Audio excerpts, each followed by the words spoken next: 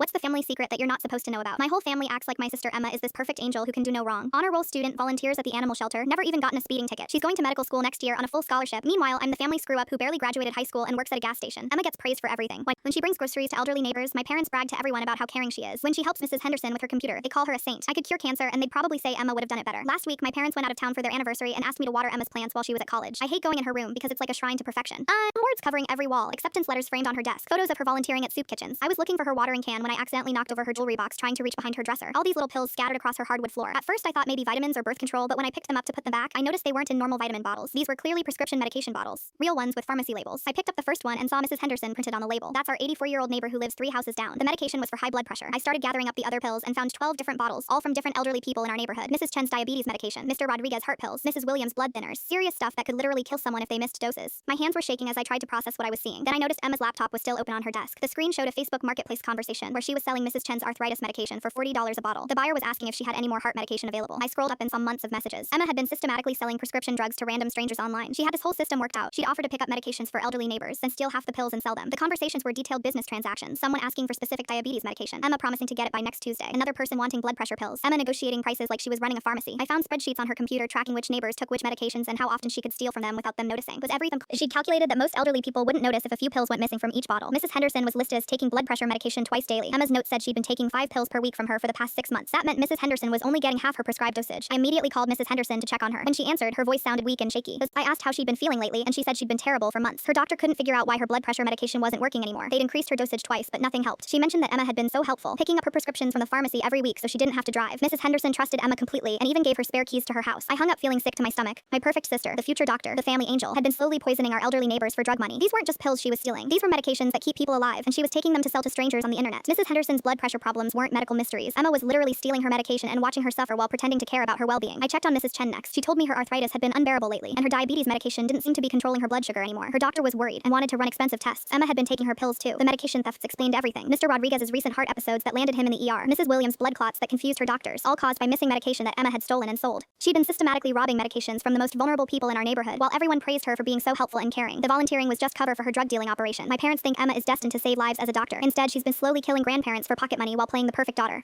Emma comes home from college tomorrow, and my parents want to throw her a celebration dinner for getting into medical school. I'm sitting here holding evidence that the angel of our family has been running a prescription drug ring that's hospitalizing elderly people, and I'm still supposed to be the family disappointment.